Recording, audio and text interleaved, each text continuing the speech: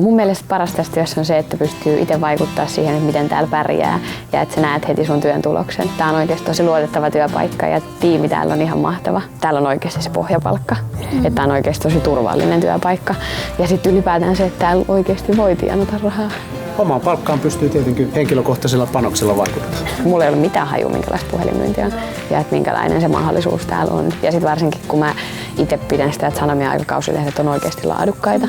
Että sä myyt oikeasti niin kuin hyvää tuotetta. Niin. Sanomilla meidän tiimi koostuu tosi erilaisista työntekijöistä. Että meillä on semmosia, ketkä on ollut monta vuotta talossa ja sitten myös semmosia, ketkä on vasta aloittanut. Täällä kannustetaan, ollaan positiivisia ja työkaverit on vaan yksinkertaisesti ihan mielettömiä tyyppejä. Mun mielestä myyntineuvottelijan työssä pärjää periksi antamaton tyyppi, joka uskaltaa jutella ihmisten kanssa ja pitää myös olla kunnianhimoinen. Me haetaan innokasta ja rohkeita myyjää meidän tiimiin.